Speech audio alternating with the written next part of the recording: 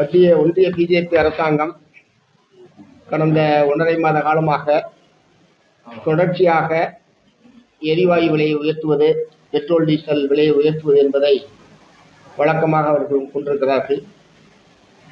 ஏற்கனவே இந்த petrol diesel எரிவாயு விலை உயர்வை எதிர்த்து இடதுசாரி கட்சிகளின் சார்பில் மாநில அளவில் போராட்டங்கள் என்பது நடைபெற்றிருக்கிறது.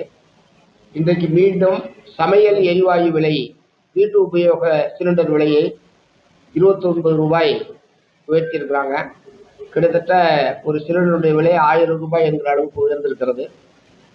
அதே மாதிரி ஏறத்தாழ 3500 ரூபாய் வணிக சிலிண்டருடைய விலை என்பது உயர்ந்திருக்கிறது. இவ்வளவு விலை உயர்ந்தாலும் அது மக்களுக்கு தேவையான நேரத்தில் சுலபமாக கிடைக்கவில்லை என்கிற நிலைமை என்பதுதான் இருக்கு. இதனால வெளிச்சந்தையில் கள்ள மார்க்கெட்டில் சிலிண்டரை வாங்க வேண்டிய ஒரு நிலைமை என்பது தமிழ்நாட்டில் இருக்கு. குறிப்பாக ஹோட்டல் தொழிலில் இருக்கக்கூடியவர்கள் 5000 ரூபாய் 6000 ரூபாய் கொடுத்து 3500 ரூபாய் சிலிண்டரை வாங்கிட்டு இருக்காங்க. ஸோ இந்த விலை உயர்வு, இந்த சுமை முழுவதும் பொதுமக்கள் தலையிலே தான் விடுகிறது. எல்லா ஹோட்டல் பண்டங்களுடைய விலையும் 10 முதல் 15% விலை என்பது தமிழ்நாடு முழுவதுமே உயர்ந்திருக்கிறது.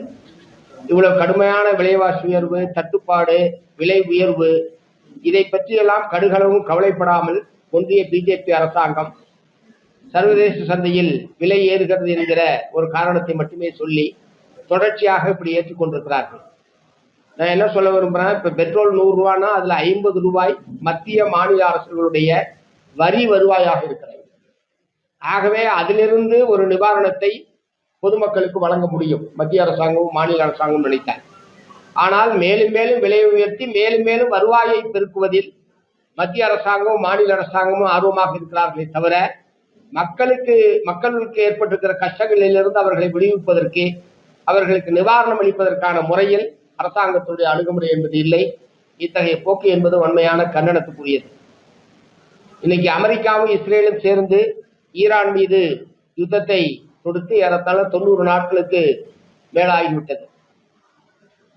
இந்த யுத்தம் முடிஞ்சுவிடும், அடுத்த வாரம் முடிஞ்சிடும், ஒரு அமைதி பேச்சுவார்த்தை நடக்குது என்றெல்லாம் செய்திகள் வருகிறதே தவிர இன்னமும் அது ஒரு முடிவுக்கு வருவதற்கான வாய்ப்பே தெரியவில்லை. அமெரிக்கா தானாக துவங்கிய இந்த யுத்தம் இப்போது அதிலே மாட்டிக்கொண்டு, அமெரிக்கா என்பது அந்த யுத்தத்திலே மாட்டிக்கொண்டு வெளியே வர முடியாத அளவுக்கு மிகப்பெரிய நெருக்கடியை அமெரிக்க ஏகாதிபத்தியம் சந்தித்துக் கொண்டிருக்கிறது. அமெரிக்காவுடைய நாடாளுமன்றம் கீழ்சபையில ஈரான் மீதான யுத்தத்தை உடனடியாக நிறுத்த வேண்டும், படைகளை எல்லாம் திரும்ப பெற வேண்டும் என்று அமெரிக்க நாடாளுமன்றத்திலேயே ட்ரம்புக்கு எதிராக ஏகமனதாக தீர்மானம் நிறைவேற்றப்பட்டிருப்பது என்பது மிக முக்கியமான ஒரு நடவடிக்கை. ஆகவே மார்க்சிஸ்ட் கம்யூனிஸ்ட் கட்சியின் சார்பில் அதே மாதிரி கியூபாவின் மீது கடுமையான தடைகளை விதித்து மேலும் மேலும் நெருக்கடியை கியூபாவுக்கு உருவாக்கி கொண்டே இருக்கிறார். அங்கே மின்சார தட்டுப்பாடு, மருந்து தட்டுப்பாடு, உணவு தட்டுப்பாடு போன்ற பலவிதமான நெருக்கடிகளை கியூபா நாட்டு மக்கள் எதிர்கொண்டிருக்கிறார்கள். ஆகவே கியூபாவுக்கு நம்முடைய ஒருமைப்பாட்டை தெரிவிக்கக்கூடிய வகையிலேயும் அமெரிக்க ஏகாதிபத்திய எதிர்ப்பு நடவடிக்கை என்கிற முறையிலேயும் வரக்கூடிய ஜூன் மாதம் 14ஆம் தேதி சேகுவாரா அவருடைய பிறந்த நாள், புரட்சியாளர் சேகுவாரா அவர்களுடைய பிறந்த நாள். அன்றைய தினம் தமிழ்நாட்டில் சென்னை, மதுரை, கோவை, திருச்சி, சேலம் ஆகிய 5 நகரங்களில் ஏகாதிபத்திய எதிர்ப்புணர்வு கொண்ட பலதரப்பட்ட ஆளுமைகளும் கலந்து கொள்ளக்கூடிய வகையில் நிகழ்ச்சிகளை நடத்துவது என்று கட்சியினுடைய மாநில குழு முடிவு செய்திருக்கிறது.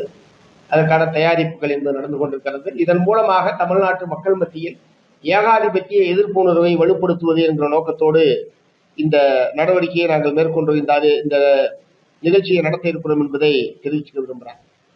நேற்றைய தினம் டெல்லியில் காக்ரோச் ஜனதா பார்ட்டி ஒரு மாபெரும் போராட்டத்தை நடத்தி இருக்கிறார்கள். ஏற்கனவே உச்ச நீதிமன்ற தலைமை நீதிபதிக்கு நன்றி சொல்லணும்.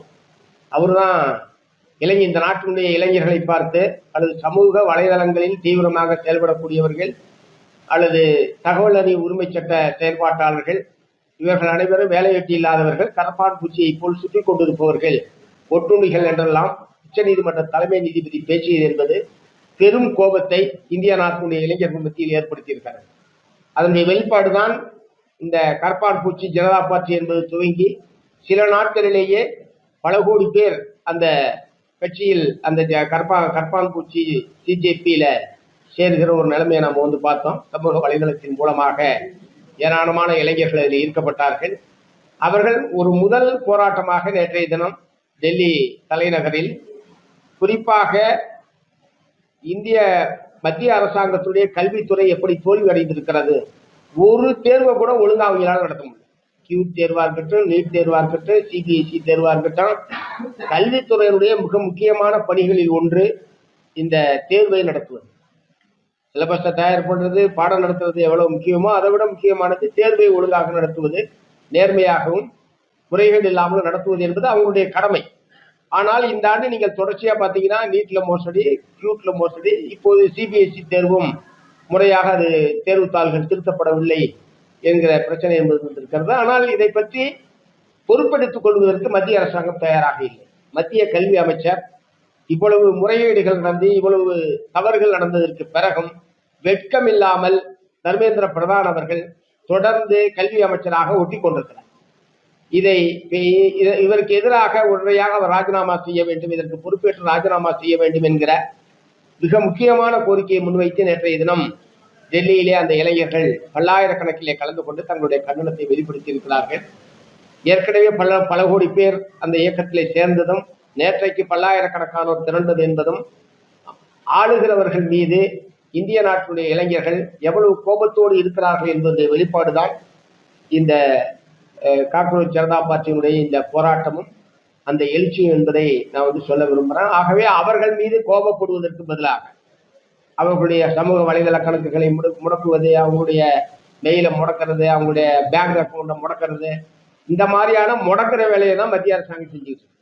இந்த முடக்கிற வேலையை விட்டுட்டு ஒழுங்கா அவர்களுடைய கோபத்திற்கான நியாயமான காரணத்தை அறிந்து அதை சரி செய்வதற்கு, வேலையின்மை, கல்வியில் ஏற்பட்டக்கூடிய பிரச்சனைகள் போன்ற இளைஞர்கள் இன்றைக்கு எதிர்கொள்ளக்கூடிய பிரச்சனைகளை தீர்வு காண்பதற்கு ஒன்றிய பிஜேபி அரசாங்கம் முன்வர வேண்டும். அதற்கு பதிலாக இத்தகைய அடக்குமுறையை ஏவுவதை மார்க்சிஸ்ட் கம்யூனிஸ்ட் கட்சி கடுமையாக கண்டிக்கிறது. நேற்றைய தினம் எங்களுடைய மாணவர் இளைஞர் கட்சியின் சார்பிலேயும் அந்த போராட்டத்துக்கு ஆதரவாக டெல்லியிலே தோழர்கள் கலந்து கொண்டிருக்கிறார்கள் என்று சொல்ல விரும்புகிறேன். அநேகமாக இது பெரிய அளவில் மேலும் வளர்வதற்குத்தான் வாய்ப்பு இருக்கிறது. இளைஞர்கள் மேலும் மேலும் வலுவாக ஒன்றுபடுவதற்கான வாய்ப்பு இருக்கிறது என்பதையும் நான் வந்து சொல்ல விரும்புகிறேன். அடுத்து நேற்றைய தினம் தமிழ்நாடு சட்ட அமைச்சர் நிர்மல்குமார் அவர்கள் திருப்பரங்குன்றம் தீபம் தொடர்பான அந்த பிரச்சனையில் ஏற்கனவே இருக்கிற தமிழ்நாடு அரசுடைய நிலைப்பாடு என்னவோ அது தொடரும் என்று அறிவித்திருப்பதை மார்க்சிஸ்ட் கம்யூனிஸ்ட் கட்சியின் சார்பில் வரவேற்கிறோம். ஏன்னா அவர்கள் வந்து மதச்சார்பற்ற கொள்கையிலே உறுதியாக இருப்பார்களா இல்லையா, திருப்பரம் போன்ற பிரச்சனைகளில் என்ன நிலைப்பாடு எடுப்பார்கள் என்பது போன்ற கேள்விகள் ஏற்கனவே கடந்த காலத்தில் இந்த அரசாங்கம் அமைந்ததிலிருந்து இந்த கேள்விகள் எல்லாம் தமிழ்நாட்டில் பலதரப்பினராலும் எழுப்பப்பட்ட கேள்விகள். அதற்கு தமிழ்நாடு அரசின் சார்பில் மிக தெளிவான பதிலை சட்ட அமைச்சர் நிர்மல்குமார் அவர்கள் நேற்றைய தினம் தெரிவித்திருக்கிறார்கள். மக்கள் ஒற்றுமை, மதச்சார்பின்மை வழக்கமாக ஏற்றப்படுகிற இடத்தில்தான் தீபம் ஏற்றப்பட வேண்டும் என்பதை நாங்கள் தொடர்ந்து வற்புறுத்திட்டு இருக்கோம். நீதிமன்றம், நீதிபதிகள் தன்னிச்சையாகவும் தன் விருப்பத்திற்கு ஏற்பவும் மீண்டும் மீண்டும் அவர்கள் புதிதாக வேறொரு இடத்தில் தீபத்தை ஏற்ற வேண்டும் என்று சொல்வதற்கான எந்த நியாயமான காரணங்களும் கிடையாது. இது ஆரம்பத்திலிருந்தே மார்க்சிஸ்ட் கம்யூனிஸ்ட் கட்சியின் சார்பில் நாங்கள் சொல்லி வர்றோம். இன்றைக்கு மீண்டும் அந்த உத்தரவு சம்பந்தமாக என்ன என்கிற கேள்வி உயர்நீதிமன்றத்தில் எழுப்பப்பட்டு அதற்கு தமிழ்நாடு அரசின் சார்பில் பதில் என்கிற முறையில தான் நேற்று அமைச்சருடைய அந்த பேட்டியை நாங்கள் வந்து பார்க்கிறோம், வரவேற்கிறோம். இத்தகைய மதச்சார்பின்மை கொள்கையில் தமிழக வெற்றி கழகத்தினுடைய ஆட்சி உறுதியாக இருக்க வேண்டும். அதற்கு பக்கபலமாக மார்க்சிஸ்ட் கம்யூனிஸ்ட் கட்சி இருக்கும் என்பதை இந்த நேரத்தில் தெரிவித்துக் கொள்கின்றனர்.